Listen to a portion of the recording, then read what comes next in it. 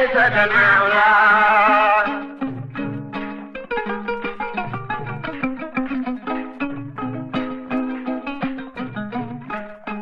jamono ku ko fekk war saa def lu baax jamono lu ay sa gannaaw la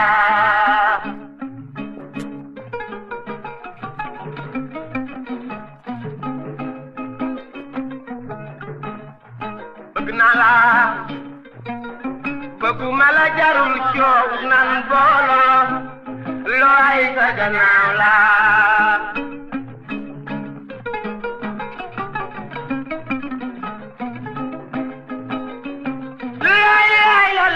bëgg naa la bëgguma la jarul coow nan booloo looy sa gannaaw la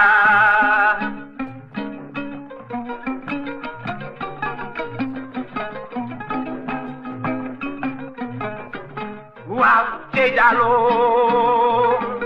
Diallo yaay maxtaar te Diallo looy sa gannaaw la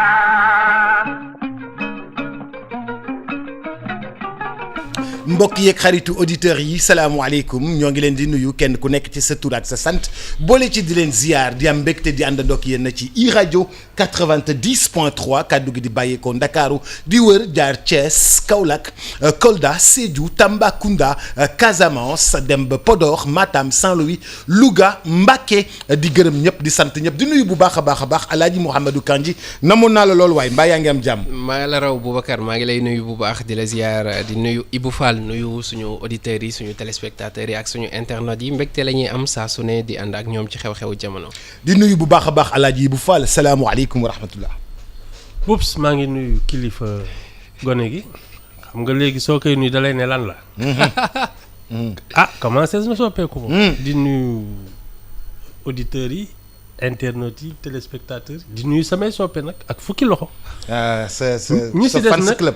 waaw yaa ngi nuyu ñëpp. déedéet ñi si des club beeg ba kenn laa leen di nuyu. non yaa ngi nuyu ñëpp. waaw tataaru gi nee na nuyu ñëpp rek.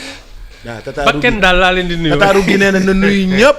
waaw yow amoo mbañ ay soppe rek nga am ñëpp sa xarit lañu. ay dëgg la yow pi fal ceddo ci réew mi nga bokk. waaw loo xam ne en tout cas daal. ñii daal maa ngi leen di nuyu fukki loxo ñeneen. sang bi laajoon na ma sax yow ceddo fan nga. moom faalu fan la moom ceddo la de sang bi. maa ngi koy nuyu ca Touba sama xarit. bismillah. ayca xew-xew jamono tey suñu journalu fait divers yi Boubacar ñu ubbi ko ak information bi nga xamante ne bés bi le jour moo ko révélé ni ki démb di lu doxoon ci diggante kenn ci doomu Mansour Faye xam moom sax mooy Aïssatou Faye bu ngeen fàttalikoo am na jamono yële passé BBC defoon na benn reportage ci moom. mooy ci ferme bi mu yor. waa mooy ferme baykat bi mu yor élevage nag yi élevage. ay nag 50 sàmmkat agriculteur. voilà baykat sàmmkat. waaw sàmmkat donc benn. xamoo léegi sàmm da ngay defaale culture fourragère. forcément. culture fourragère. nag yi fële bay ñax mi fi. di leen pour ñuy jox lekk ñax mi pour ñuy lekk. ferme waaw loolu généralement loolu la ñuy gis ci ferme yi alors ginnaaw bi bés bi le jour xam ne li ni mel mbir bi 25 avril 2004 la woon mu doon dem ci yoonu Kébémer bi yoroon xaalis également bu takku bi ñuy njëkk a génn dañu waxoon ni 25 millions la mais xam nga ni démb police dafa génn. def précision ci mbir bi lu mu am xam ni 21 millions la yoroon liquide. alors bi ko policiers yi arrêté parce que moom sax après moom moo doon dénoncer extorsion que ni ginnaaw bi ko policiers yi arrêté et tout dañ ko laaj xaalis ba mu jox leen 300 000 francs CFA. alors communiqué bu direction générale bu police gis nañu ko ñu ñëwaat ci fait yi préciser également que ni nu mu demee que ni exactement elle a été interpellée.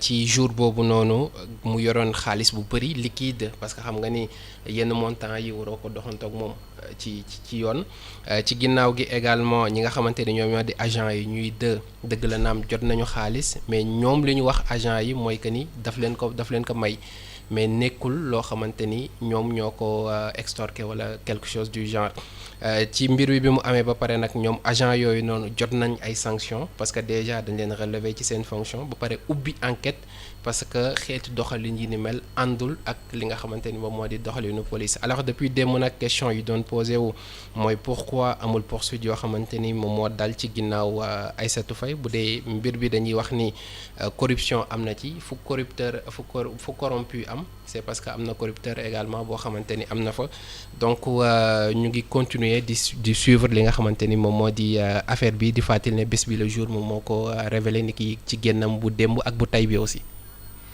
alaaj Ibou loolu du fi lu bees de. non mais man bon li ma xaw a jaaxal mooy fan la ñu wax ne nit warul mën a doxantoog 21 millions parce que moom apparemment elle est propriétaire elle a une ferme foog naa def nañ ci ay reportage ak yooyu.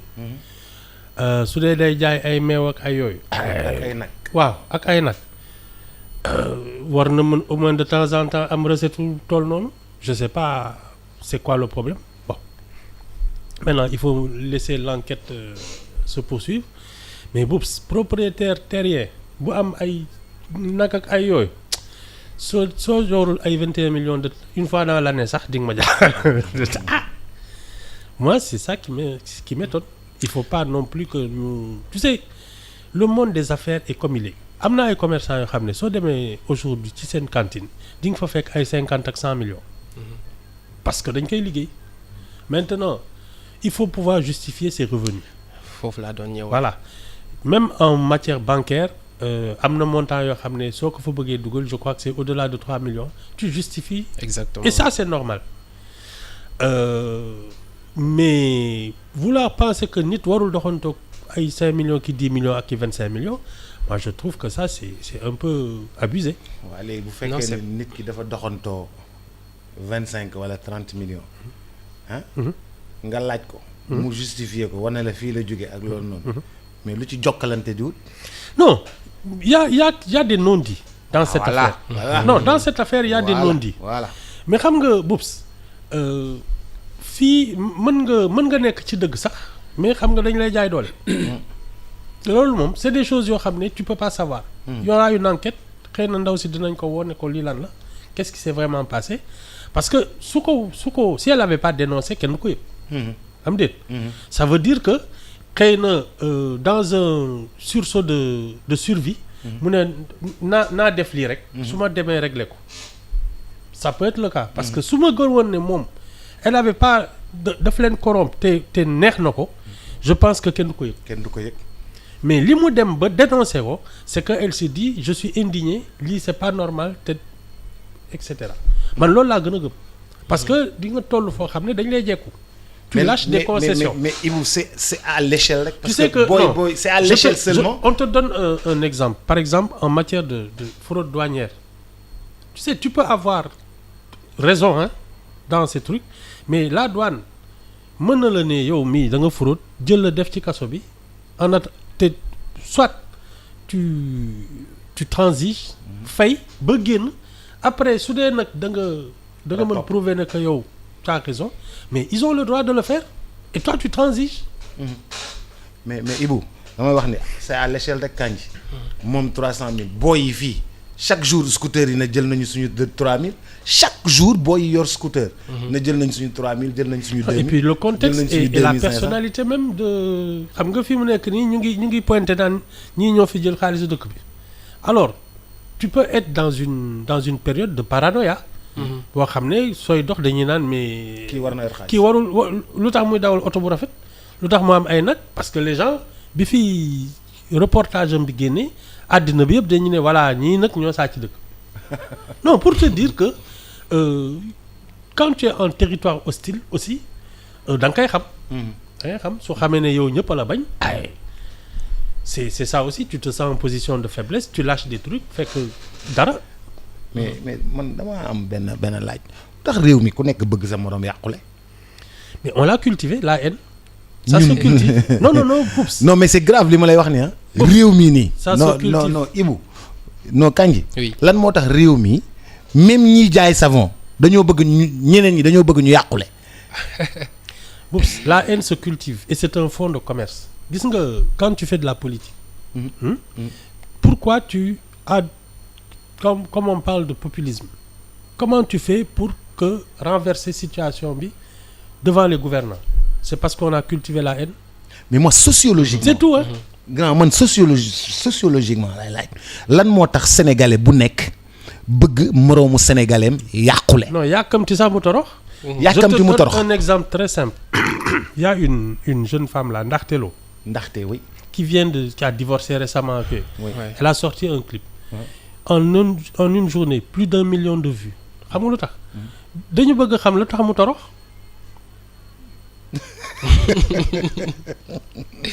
C'est devenu un débat sur les réseaux sociaux. Waaw bi mu fii sëy maqala ratatatat kii voilà. Elle sort un clip qui esquisse un peu son histoire, mais tout le monde va voir parce que tout le monde veut savoir naka la toroxee. C'est ça le fond de commerce, la haine. mais Ibou man ba léegi comprendre ma yow kiy jaay taabal kiy jaay café sax ci angle bi da ngay bëgg caféem tuuru. kiy dawal oto da ngay bëgg mu accidenté ak otoom yàqu nga ne ñaw. On nivelle par le bas. kiy jaay savon sa yoon newul ci savon nga bëgg maam Ndiaye savon yàqule. Kenn dootul sangu. gisoon nañ fi seen guerre bi métti woon na. waaw ñoom jaaykatu saabu waaw dégg nga ma wax. lu tax réew mi mais ku disons nekk que ni bëgg sa morom yàqule Non, sociologiquement. d'une part oui allez-y. Excuse-moi. Allez-y. C'est que te seetloo ñun ñëpp c'est notre manière de faire. On tire par le bas. Xoolal les chefs d'État qui sont venus. Tu trouves une constitution. Au lieu de t'élever à son niveau, tu dis la constitution là baaxul nañ ko changer. C'est-à-dire tu tires par le bas. Aujourd'hui, on est en train de remettre en cause la justice. C'est pas le comportement du mauvais citoyen. C'est ça le problème. Parce que quand tu te comportes bien, tu n'as pas de problème avec la justice. C'est quand tu commets des délits et des infractions que tu as un problème avec la justice. Au lieu de remettre en cause ton comportement, tu dis que c'est la justice qui a un problème. Yo, tu vois quelqu'un réussir. Toi, tu ne fiches rien. Tu te dis pourquoi il réussit. Et pas moi. Ah, voilà. C'est ça. Kandji.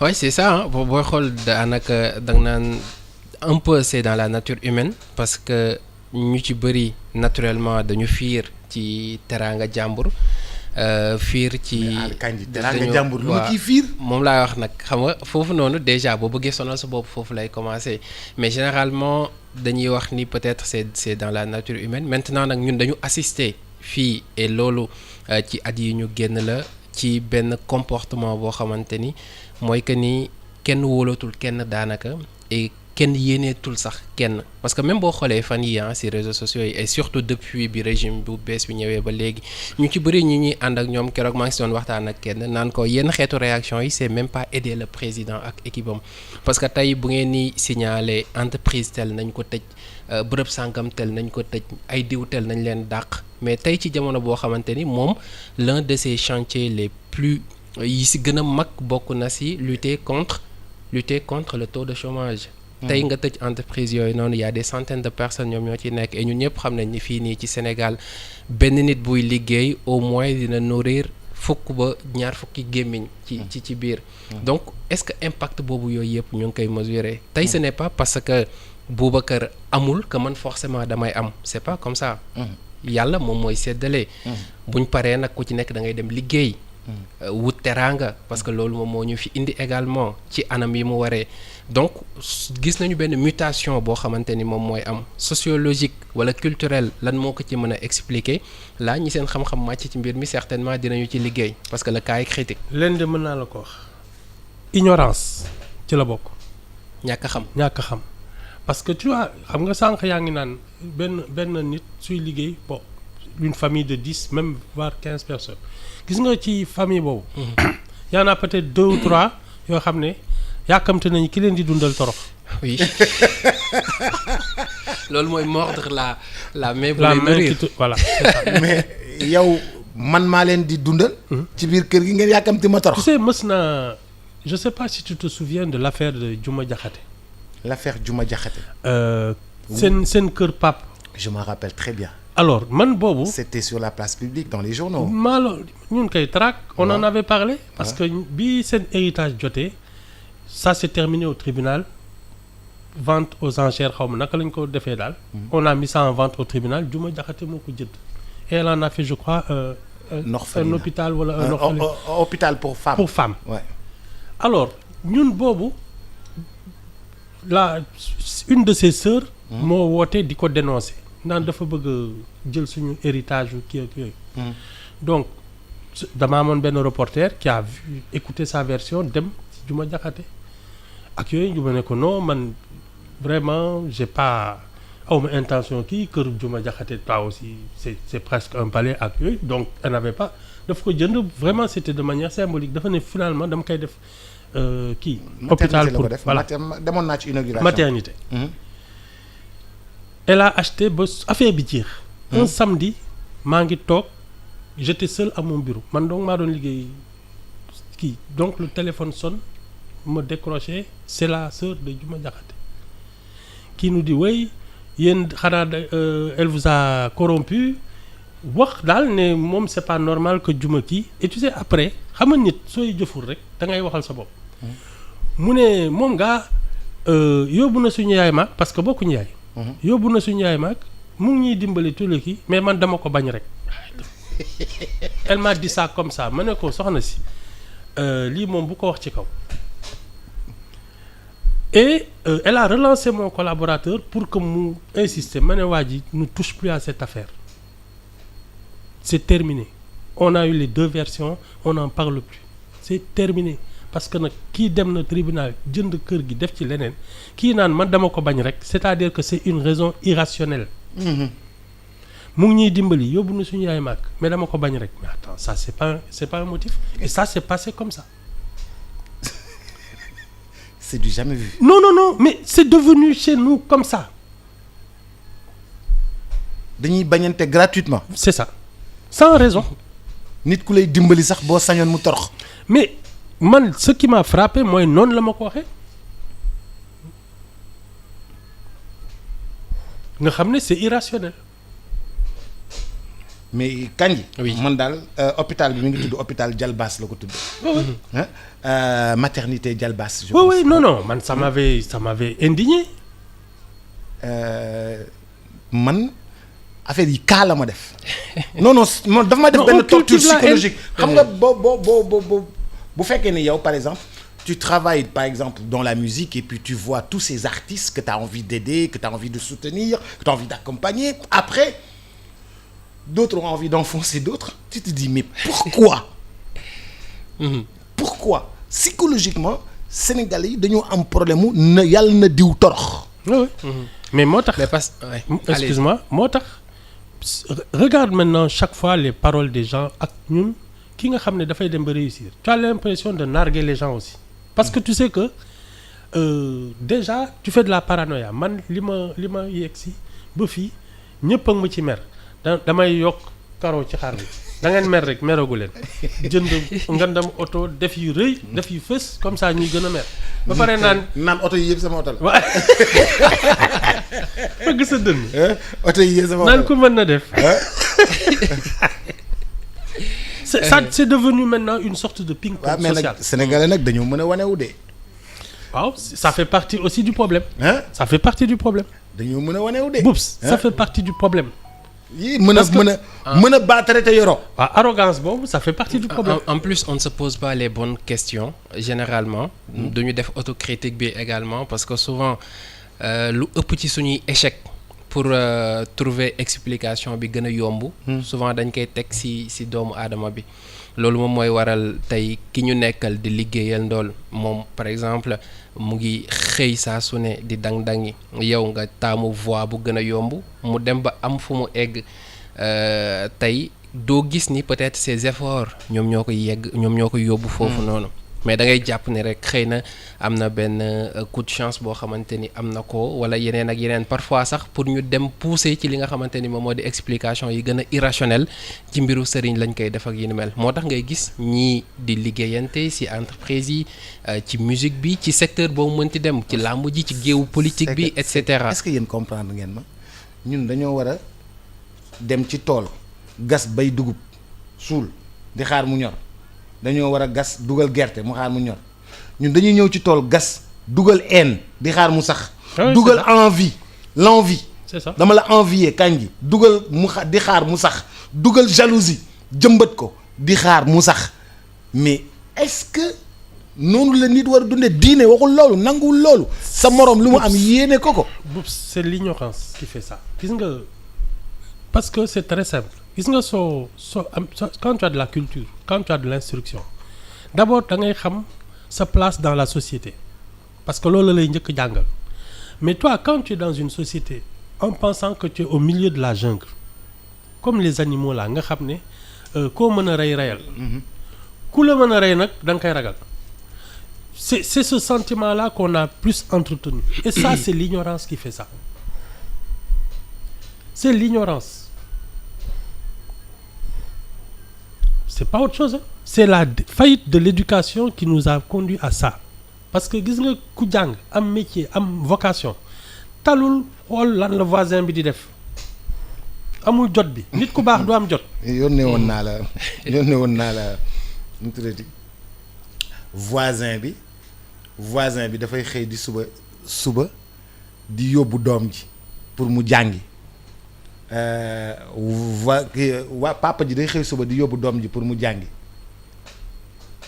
waa kii bi voisin bi mu janool kër Porsche la yore saa yu xëyee arrière Porsche bi ni drum génn papa ji ngeen baal ma ci kàddu gi ne regarde-moi cet imbécile là doom ji dem école ñu ne ko yow ñu leen di laaj lan ngeen bëgg a doon. ne ko voisin bi. mu ne ko noonu man yëkkati loxoom ne man imbécile laa ñu ne koy mais yow lan moo tax nga bëgg doon imbécile mu ne suñu voisin bi oto Porsche bu rafet la yore saa yu xëyee sam papa ne regarde l'imbécile. waaw loolu dañuy nettali. doom bi. ouais ne moom imbécile la bëgg nekk. Ouais c'est tout c'est l'ignorance. gis nga dañuy am lu ñuy taafantoo naan ñaari xarit yu doon ànd bu yàgg dégg naa daal ñu ne yàlla daal di ne daal yéen seen àndandoo dafa jar récompenser daal lan ngeen bëgg yow lu ma la defal rek sa xarit bi lu double laa koy defal kenn ki ne yàlla naa pat yàlla naa pat comme ça keneen ki gumba man yàlla naa pat waaw keneen ki gumba waaw ay waay c'est ça notre logique yàqati nga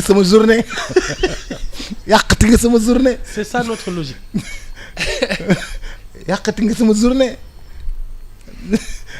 yàlla naa patt ndax keneen ki gumba ay waay nivelé par le bas c'est nivelé par le bas ñoddi rek ñëpp jëm ci suuf waaw yow doo yéeg et c'est notre attitude je regarde comment on est en train de dévoyer les institutions parce que au lieu de faire que le citoyen soit à la hauteur de sa citoyenneté et des institutions c'est les institutions qu'on doit discréditer wàccee leen ba ñu tolloog citoyen voilà alors que les institutions doivent nous élever ñun on fait en sorte que ñoom ñooy daanu c'est ça notre problème réew mi nag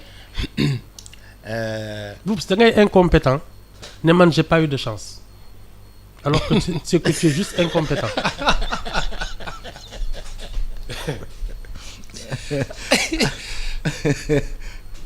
dëgg la tu n'as pas de talent tu n'as rien mais tu considères que c'est la chance qui t'a manqué fekk liggéeyoo defoo dara jéemoo sax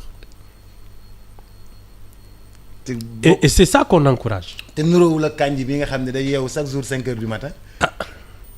di jéem a cultivé wu. waaw. mu ngi jéem de xaw ma. ak di xaw ma nag ndax dina sotti. di jàng tubaab di jàng alxuraan. foo fekk mi ngi yore téere alxuraan. waaw mais moo taxit mu ngi nii woo koog nga jeex sax.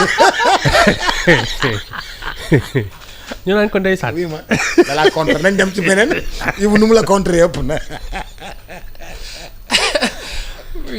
Bismillah. Alors donc di fàttali c'est une affaire à suivre dinañu xool parce que comme que ñaari policiers yi ñoom ñu ngi ci alors on va essayer de voir également lan moo tax mu jox leen xaalis boobu est-ce que ni ko policiers yi waxee noonu la daf leen ko may ci xol bu sedd wala dañ ko forcer ak lu si mënti am est-ce que waroon na leen ko jox également donc c'est une affaire à suivre ñu ñëw également ci boo xamante ni fan yi nii def na bruit bu mag muy kàddu yi nga xamante ni Cheikh Oumar Diagne yëkkati na ko du ministre conseiller directeur des moyens généraux de la présidence de la République ci tey moom bëgg-bëggam mooy ñu tabax jàkka ci palais bi. Alors mu jur réaction yu bëri également si réseaux sociaux yi. Parce que tey boo xoolee sax biétiste bu bés bi le jour si la xëy. jàpp ni xëy na xalaat la boo xamante ni waroowul. ak nu République di doxee. parce que bon bu ñuy wax palais ba bu doon loolu kese peut-être que ki njëkk a nekk président de la République. fii Sénégal chrétien la bu fa defoon église xëy na kon tey le débat dina posé wu donc jur na également réaction yu bëree bëri ci proposition bi nga xamante ni def na ko Cheikh Oumar Diagne. mais da nga may waxal sama auditeurs yi lan mooy proposition bi lan la wax. wax naa ko léegi mooy tabax jàkka palais ba ci biir palais bi. oui c'est ça. oui. ñëpp di tëb di daal. ah ma ne ñëpp di tëb di daal. waaw réaction yi bëri nañ en tout cas. oui. selon fu ñu féete nag. nee naa leen la politique c'est pas fait pour tout le monde. on donne la voix, on donne des postes, on donne des responsabilités à des gens qui n'en ont pas les compétences. C'est pas autre chose. Ah 54% yi ñoo leen fal di nañ leen déglu ñoom kaay ji 54% des Sénégalais pensent comme lui. C'est ça qui est dangereux. Ah non, ce n'est pas parce que dañ leen a fal que 54% ñoom ñoo leen fal. que ñoom ñoom la ñëpp ils pensent comme lui. ñoom la daal ñoo leen jox légitimité buy toog di wax yu kenn xamul ñëpp naan man léegi rek la c'est n'importe quoi. mais non, quand même xanaa kon dañuy defaraale benn église pour catholique yi à côté. dama ne la premier coup de pelle sax la ñu warul nangu. Ouais, mais Tu sais, on est 18 millions de Sénégalais qui ne réfléchissent pas de la même manière, qui n'avons pas la même religion qu'eux. Ben waay mënul xëy naan day laal loo xam ne ñun ñëpp a ko bokk.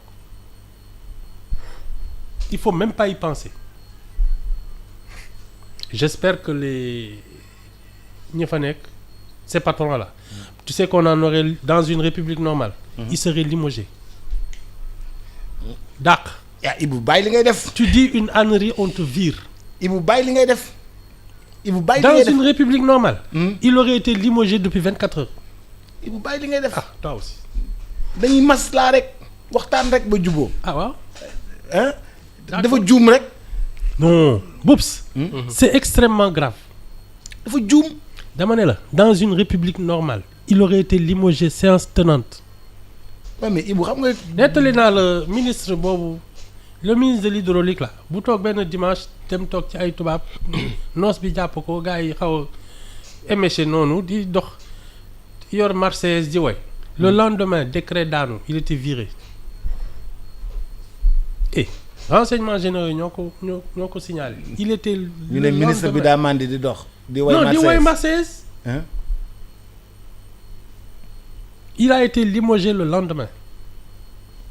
Attends, non, ça, ni. Non, waaye yow, dans une république normale, il aurait été limogé séance waaw tenante. mais Ibou ñun normal la ñu bàyyi ñu. ay Ibou bàyyi ñu waay. ah Ah waaw baax Ibou yow. Et normal nañ de boobu. non non oui, non je suis non pas non d'accord. non non Normal nañ. non non normal lu ñu. Ah, normal nañ bu baax. Ibou- mais tey ci proposition bi nga xamante ni def na ko c'est vrai que ni si dañuy fàtte souvent que ni on est dans une république et la république elle est laïque tey question de gëm-gëm yi moo xam ci wàllu diine yi ak ci yeneen yu ni mel il faut ñu mën ko mettre de côté. Et boo xoolee depuis bi ñu nekkee ba léegi bëri na ci ay sorties yoo xamante ni quand même ça pose problème. Alors pourquoi est-ce que c'est parce que li ñuy wax naan dañu xëy rek nekk ci. Ils n'ont pas été préparés à ça.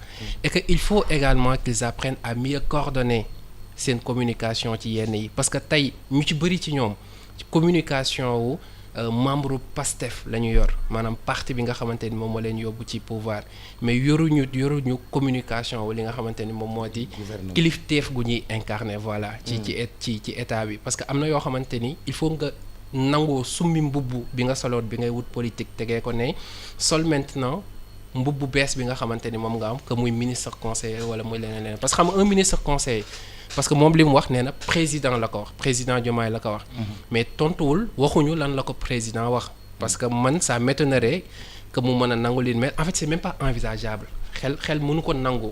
mais même si conseil buy jox conseil au président muy que ça se retrouve dans la rue. dans la rue c'est exactement une faute professionnelle. moo tax ma ni il faut ñu coordonner Mais seen bu ko dàq, communication. mais kii il doit être limogé. Ibou bul dax xaaral rek. c'est une faute Ibou man dama lourde. am question pour yow.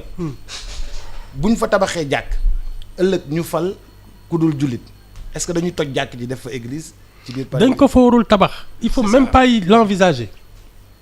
Il faut même pas l'envisager. Et un conseiller qui parle au président et ensuite qui le raconte à toute la planète da nga koy dàq. waaye Ibou bàyyi dàq bi dañuy defaral rek nañ defar. Non, il n'est même pas conscient de sa fonction. C'est de l'incompétence caractérisée. Le conseiller dont les conseillers se retrouvent sur la place publique. Mais attends. Il sait même pas pourquoi il est là. Et tu le vires. Un conseiller du président doit être discret. Mais waruñ xam sax ne conseiller nga. Boub, c'est à partir de Wade qu'on a commencé à identifier les conseillers et les ministres conseillers. Quand la République savait se tenir, doo xam kan moo doon conseiller président. La République ne sait plus se tenir. xool ko rek. Ibou bàyyi li ngay def bàyyi suñu République. La République a toujours su se tenir. Man, les conseillers que je connaissais, c'est parce que vraiment il y avait une proximité. Dama xamoon ne mais c'était pas des gens qu'on retrouvait dans les journaux que doo leen dégg ci dara. fekk ñu ngi conseiller président. Mais bien sûr, mais parce que le conseil justement il est personnel et intime. Après libre à lui de faire de décider comme il veut. Mais saa yu décider benn affaire nga ne oui man maa ko wax ça veut dire que il préside même pas. C'est toi qui décides. Même l'autorité du président est remise en question. Le conseiller n'existe pas médiatiquement.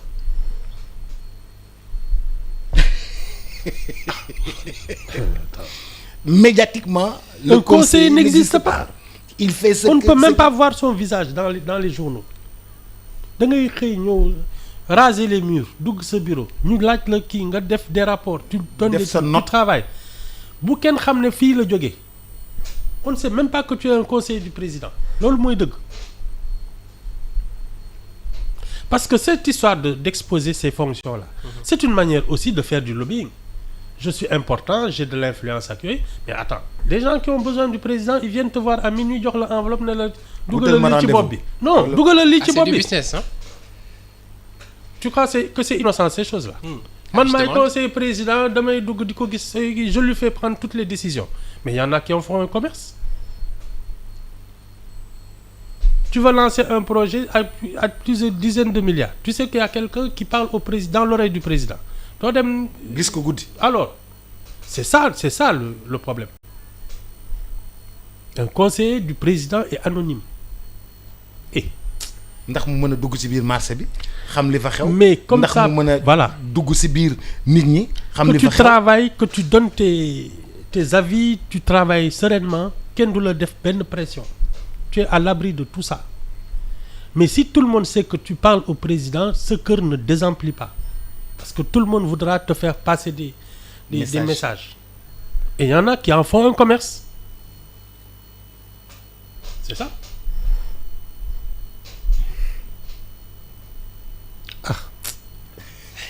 Il y a des décrets qui se perdent.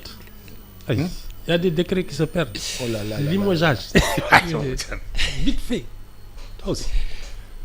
waaye Ibou nank rek Ibou man Ibou yàlla boo nekk sama président réew.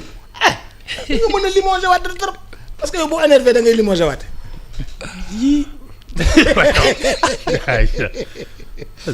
Ibou boo kiiwee énervé da ngay limogé waatee. arrêtez. Non mais attends ça c'est inadmissible. Ibou. C'est inadmissible. Tu sais, l'incompétence à ce niveau, elle peut être criminelle. Parce que tu prends des décisions qui peuvent coûter des vies. Imagine un peu que tu fasses prendre une décision qui crée une guerre civile. Parce qu'il y a des... Tu vas dire, c'est une mosquée quoi? Omarienne, Mouride, Tidjane? Non, c'est que affaire xeet affaire ethnie affaire religion waruñu ko boole ci yëf yi. non bokk C'est de ça qu'on parle. bokk si Ouais. Lii mu def, c'est une bombe. waruñu ko boole ci yëf yi. la république elle est laïque. waaw loolu xeet tey waaw. ethnie religion yooyu yëpp bokkul daal ci yëf yi daal dañ ko tegee ne te def lu ñuy def ak di wax lu ñuy wax. macha allah acca bisimilah.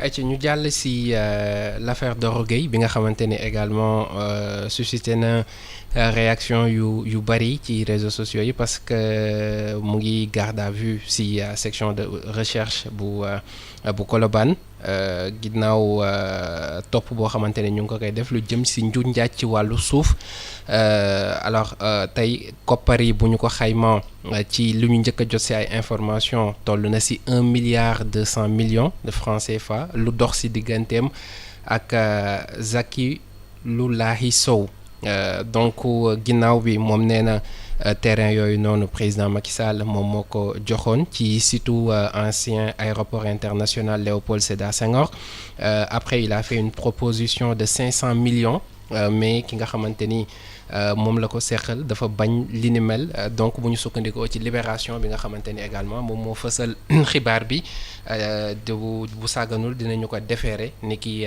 tey ji ginnaaw déglu bi nga xamante ni def nañu ko alors di fàttali ne ci benn site la boo xamante ni ay terrain yu bëri la ñu ngi wax sax lu jëm ci 24 ci loo bi ni mel président Macky Sall moom moo ko joxoon ci lu ñu wax donc bu ci koppar mën nañ ko xayma ci 1,2 milliard donte naam moom defoon na une proposition pour noyer mbir bi 500 millions mais ki mu ko seqal dafa bañ li ni mel. ah man de li ma wax dañu ko y aura des nouveaux riches et des nouveaux pauvres. mais man xam nga ma jaaxal. Ablaye Wade terrain yi mu joxe woon. dara benn problème amu ci. ah kon ko kan Ablaye Wade. ah gisuma. si si. si il y a des gens qui ont fait la prison pour ça. Ah oui. ci terrain Ablaye Wade. ah oui. oula sûr. yi mu doon maye noonu. je te dis. mais Ibou. mais ba léegi rek si surtout si corniche bi am na ci yoo. corniche ak aéroport arrêté nañ ko oui. corniche ak aéroport. mais. chaque régime qui arrive. a ses privilégiés qui arrivent dàq yenn privilégiés yi. des nouveaux riches et des nouveaux pauvres loolu kay du dañ du sonn sax c'est la loi du genre lu leneen c'est pas autre chose. président moo ko jox ay terrain bu koy jaay. waaw su fi Macky Sall nekkoon ba léegi kay doo ko dégg. mais est-ce que loolu dina dindi dara ci injustice bi nga xamante ni. kii boolee mbir bi wax na ni moom lay subir parce que moom meelam la et je pense que ni loolu moom moo jur yeneen réaction yi ci site yu bëri yu ñu joxe. parfois dañuy fekk loo xamante ni ay nit ñoom ñoo ko moom ñu jox ko ñeneen mu mel ni xeetu jaay doole c'est pas la première fois gis nañ ko ci yu bëree bëri tey kaawu Ndingler mu ngi fi. yeneen cas ñu ngi fi. lu jëm ci littoral bi mu ngi fi bande filao yi mu ngi fi. donc c'est des choses yoo xamante ni ñu ngi koy dund de plus en plus et c'est vrai que ni changement de régime bu am dinañu koy nemmeeku mais est-ce que dina dindi dara ci. jafe-jafe suuf jafe-jafe voilà bi nga xamante ni am na ci c'est ça la question qu'on doit se poser. ça dépend de la volonté des gens qui exercent le pouvoir si tu arrives au pouvoir pour réparer des injustices et remettre de l'ordre di nga ko régler si tu viens toi pour t'enrichir à la place de ceux qui étaient là problème yi day yokk rek mi du wàññeeku. mais Ibou lan moo tax ñun problème mu suuf mënuñu ko régler chaque jour il y a un problème site boo mënti dem dama lay wax de grand. site boo mënti dem dafa am litige. man foog naa c'est parce que nous sommes assis sur deux cultures il y a la tradition mooy li fi tubaab yi fekk si ba léegi des na. ñoo xam sama maama ko moom. voilà ak li nga xam ne moom la fi tubaab yi indi. muy këyit. waa kay ñaar yooyu nag ñooy mbëkkante tout le temps. fii sama maama fi doon bay donc ñoo ko moom. fii tubaab bee ma ko may. fii. tubaab bee ma ko may. tubaab bee ma ko si tubaab bi laa ko jëndee ci këyit. xam naa këyit waaw moom jeex na ñaar yooyu dañuy mbëkkante tous les jours on n'a pas tranché. soit ñëpp dañu war a am kayit soit kenn du am kayit mais ñi am kayit ñi bañ am kayit ni ñuy jëndee suuf nii ci mbedd mi nii ñu ñëw taxaw nga gaare sa oto ma teg benn plan jaay la benn kii nii te ñu xam ni suuf notaire moo ko war a fekke moo ko war a kii waruma laa jox yow xaalis kànji waruma la ko jox dama war a dem ci notaire bi fa laa ko war a joxe notaire bi def transaction yi jox ma sama kii ma jox sa kii. fii de am na ay permis d'occuper ak ay façon kayit bu ne. permis d'occuper parce que xam nga. yooyu yëpp tey la loi 64 sur le domaine national am na si ñoo xamante ni dañ koy parce que bi muy ñëw bi ko Senghor di jël dafi fekkoon loo xamante ni moom moo ko jiitu parce que avant li ñuy tuddee 3DH moom moo amoon maanaam da nga doon ñëw am doole lépp ngi ne woon yàmm la nga dagg ba lu la neex nga moom tey bi tubaab bi ñëwee également am na changement mais li ci ëpp. coppite bi mu ñëwee mooy la loi 64 bi nga xamante ni Senghor moom moo ko defoon sur le domaine national mais loolu fanqul lépp parce que am na ñoo xamante ni même après ça ils ont gardé leurs biens maintenant léegi li ñuy wax mooy suuf dafa dem ba nekk moyen bi gën a gaaw ngir am xaalis fii nii ci Sénégal ndax spéculation bi nga xamante ni am nga fii nii si Dakar rek ngay ñëw ñu jaay la mètre carré bi loo xamante ni tey foo ko dégg sa loxo taf sa gémmiñ moom moo tax ñi nga xamante ni comme ni ko Ibou Fall di waxee seen yaram du daw seen xel du tey ñu mën a ñëw fekk koo xamante ni dooleem demeewul noonu moom moo ko moom ci anam yu leer mu foqati ko après du mujj fenn gis nga fan yee maire bi nga xamante ni teg nañ ko ci loxo chantier yi nga xamante ni président Diomaye ak équipe am commencé nañ ci réagir lu jëm ci littoral bi dara desatu fi et loolu la ñuy dund tous les jours tey boo demee si tribunaux yi litige foncier ginnaaw divorce yi ñëpp jàpp nañ ni bokk na ci ëpp solo dossiers yi gën a. tribunal numéro 1 divorce yi numéro 2 litige foncier ñoom ñoo koy xëccoo. numéro 3 escroquerie. escroquerie yow ci lañ dëkk. ah ñun Sénégal tamit. moo tax ñu war a changer loi bi daganal yooyu yëpp ci lañ jëm di. daganal escroquerie. waaw. daganal litige foncier. waaw daganal. jaayante doole ay waay Ibou non bàyyi li ngay def la justice ne marche pas kay nga xam ne. au si lieu de Ibou dire pourquoi tu dis que la justice ne marche pas. attends mais moom lay nëpp du moom la ñuy ndëpp nii.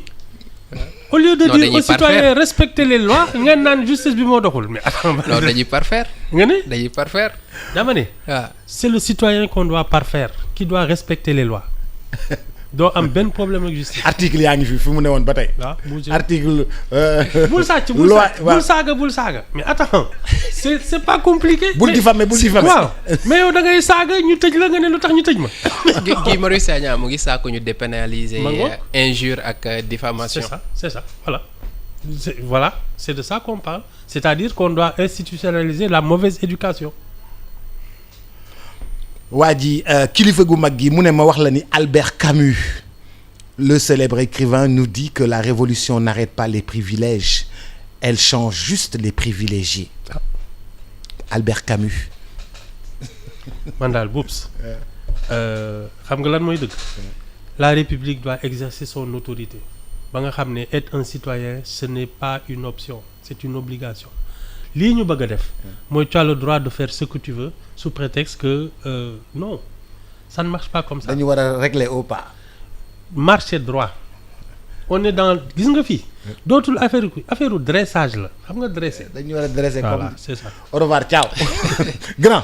di la gërëm bu baax di la sant. merci beaucoup. Alaaji Ibou Fall. waaw ba suba ak jàmm. incha allah di ko gërëm bu baax a baax di ko sant aywa yàq na sama journée rek ciao ba suba ak jàmm. transfert d'argent bi di Kpay transfert d'argent par code